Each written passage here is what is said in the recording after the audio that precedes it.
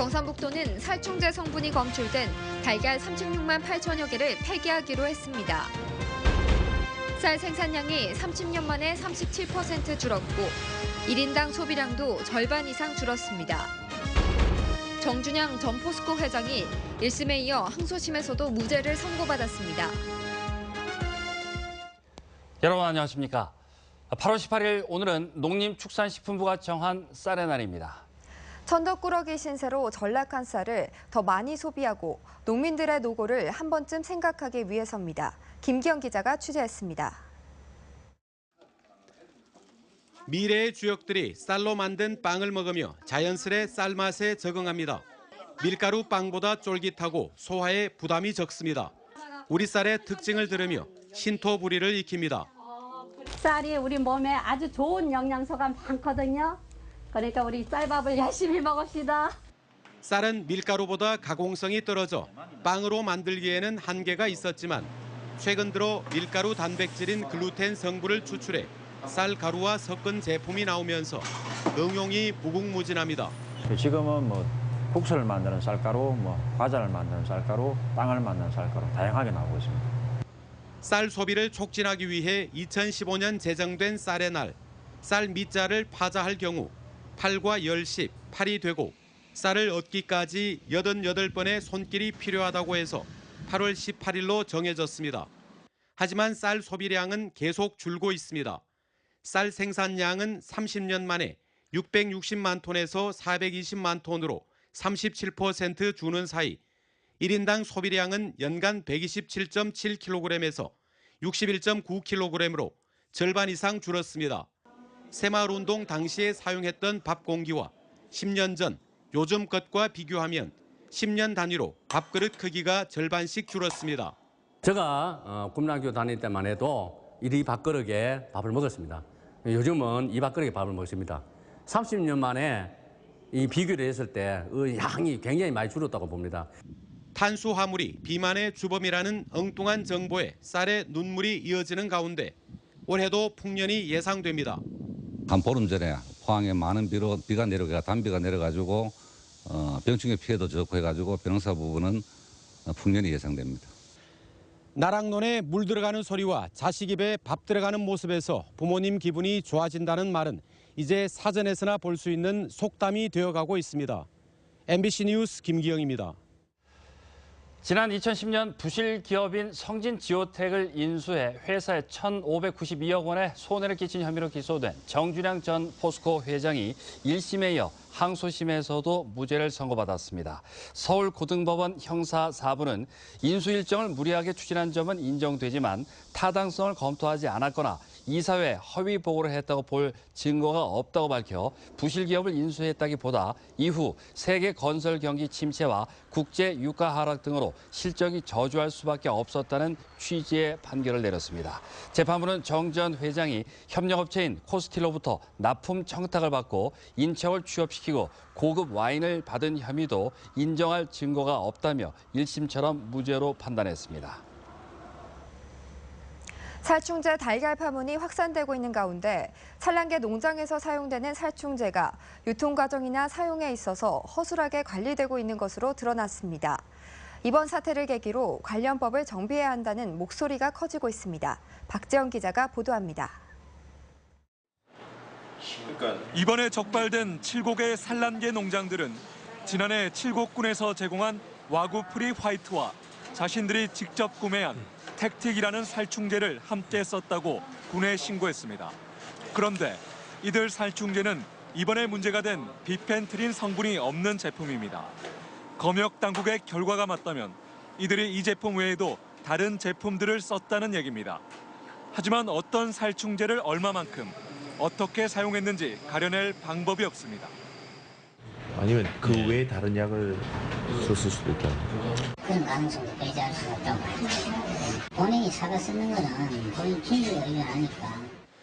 수의사의 처방이 필요한 항생제와 백신 등과는 달리 살충제 등 동물용 의약품의 경우에는 따로 관리할 필요가 없기 때문입니다. 유통과 사용에 사실상 아무런 제약이 없다 보니 농장주들이 효과가 있다고 입소문이 난 살충제 등을 임의대로 사용해 이번 사태가 발생한 것입니다.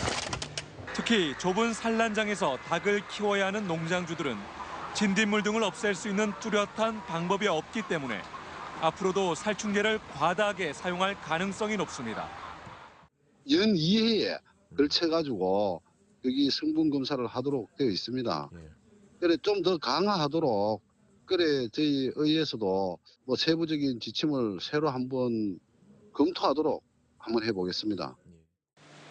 한편 경상북도는 농장 6곳과 판매처에 있는 살충제 달걀 36만 8천여 개를 회수해 폐기하고 있습니다.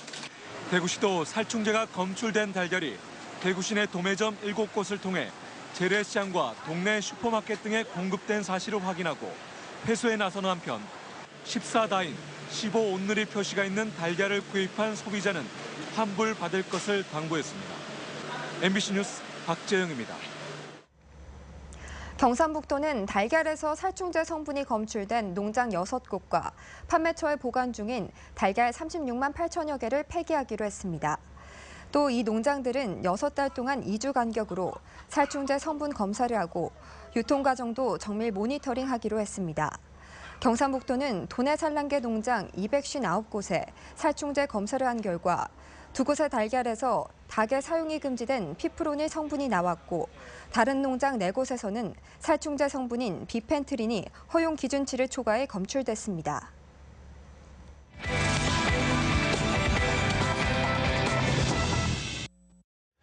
이 평범한 공원이나 산책로라도 조각 작품 하나면 참 특별해지는 걸 느끼게 되는데요. 작품 하나하나에 조각가의 사색과 고뇌가 새겨졌기 때문일 겁니다. 포항에서 활동하는 조각가들이 새로운 작품전을 선보이고 있습니다. 김수민 아나운서가 소개해드립니다. 전시장에 들어서자 조각인 듯 그림인 듯 액자 속의 조각품들이 눈에 띕니다. 회화와 조각의 경계가 사라지는 미술 경향을 느낄 수 있습니다. 재료도 흥미롭습니다. 그냥 보기에는 녹슨 철 조각이 사실은 나무에 물감을 칠한 작품이고 빨대의 변신은 신선하며 압정으로 만든 구두는 독특한 매력을 뽐냅니다. 움직일 때마다 거울에서 빛이 반사되는 설치물은 전시 공간의 리듬감을 선사합니다. 포항 지역에 있는 활동하는 작가들이 자기 고민의 정체성을 좀 찾아보고 지역에 있는 사회에 기여할 수 있는 작품으로 기여할 수 있는 활동들이 뭐가 있을까 하는 그런 고민하는 자리로서 작품 전시를 기획했습니다. 1999년에 결성된 포항조각가협회는 포항에서 하나뿐인 조각가들의 모임입니다. 현재 20여 명이 활동 중이며 이번 전시는 전통 방식의 조각과 직접 손으로 만져볼 수 있는 작품까지 30여 점을 선보입니다.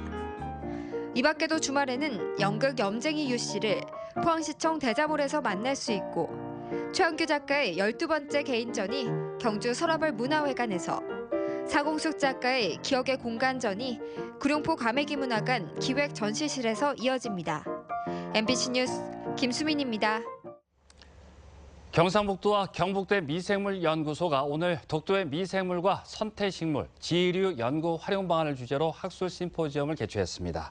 이번 심포지엄에서 김사열 경북대 생명과학부 교수는 독도 미생물의 생명 자원 가치 연구를 주제로 지난 12년간 51종의 미생물이 국제적 학술지에 독도산 세균 신종으로 보고됐다고 밝혔습니다.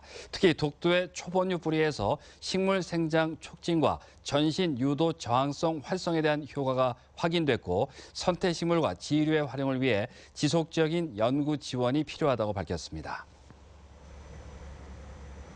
대구지검 포항지청은 신임 지청장으로 서봉규 전 서울남부지검 금융조사 1부장 검사가 취임했다고 밝혔습니다.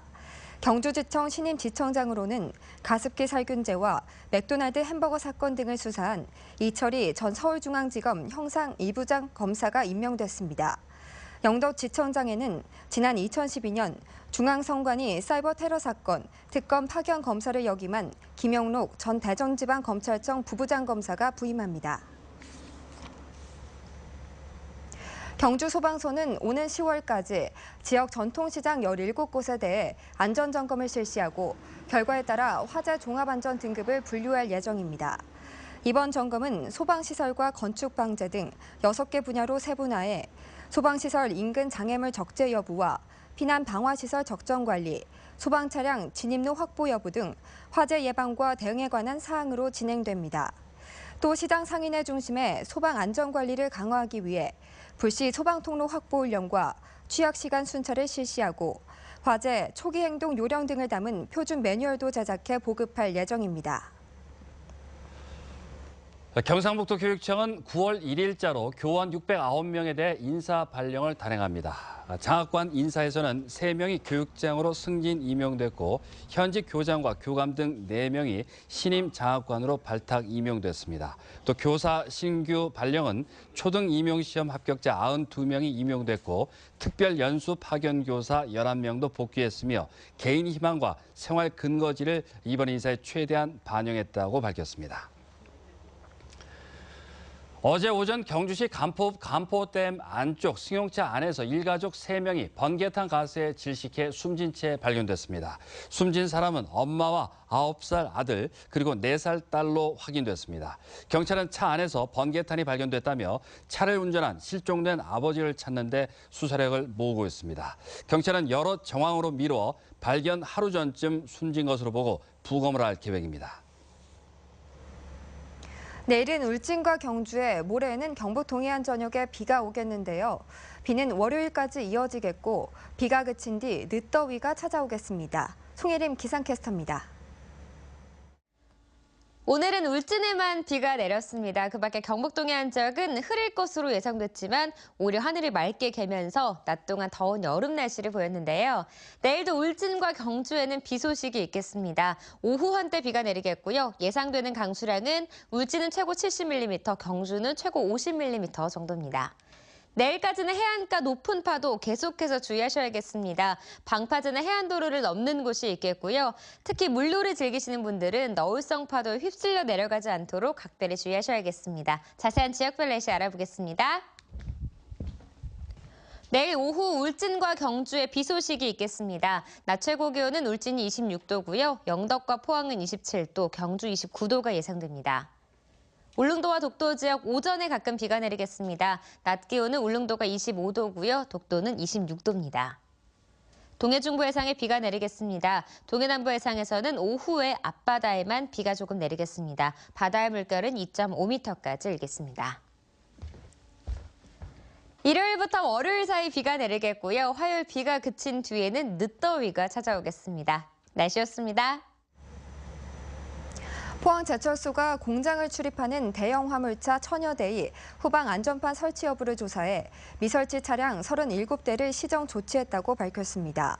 후방 안전판은 충돌 사고 시 차체가 높은 화물차 밑에 승용차가 깔리는 사고를 예방하기 위한 장치로 3.5톤 이상 화물차는 반드시 설치해야 합니다. 포항제철소는 공장 내 교통사고 예방을 위해 주야간 전조등 켜기와 규정속도 시속 40km 이하 운행 등 교통기준을 강화했다고 밝혔습니다. 포항창조경제혁신센터는 포스코가 유망 벤처기업을 위해 100억 원을 출자한 피펀드 투자 대상 기업을 공모합니다. 이번 공모는 지난달 1차로 4개 기업에 5억 원 투자를 결정한 데 이은 2차 공모로 20% 이내 지분 투자 입주 기업에는 최대 1억 원, 유망 벤처 기업에는 최대 10억 원을 투자합니다. 포항창조경제혁신센터는 이달 말까지 기업 신청을 받아 연말쯤 투자 대상 기업을 선정할 예정입니다. 국립등대박물관이 이달부터 청소년을 위한 오감만족 색색 교육 프로그램을 운영합니다. 이 프로그램은 등대와 해양 문화에 대한 이해를 높이기 위해 연령대별 참가자들이 직접 연극을 연출하고 공연하는 체험형 프로그램으로 국립해양박물관과 국립해양생물자원관이 공동 기획했고 사전 예약을 통해 무료로 이용할 수 있습니다. 경상북도와 백두대 간 낙동정매 관련 기관과 지자체 11개 기관이 도청에서 업무 협약을 맺고 산림 비즈니스 활성화에 나서기로 했습니다. 협약기관은 봉화국립백두대간 수목원, 한국산림과학고, 영주국립산림치유원, 산양삼sam과 산약초 홍보교육관, 청송임업인 종합연수원, 경북관광공사, 그리고 해당 5개 자치단체입니다. 네, 이상으로 포항 MBC 뉴스데스크로 마치겠습니다. 여러분 고맙습니다.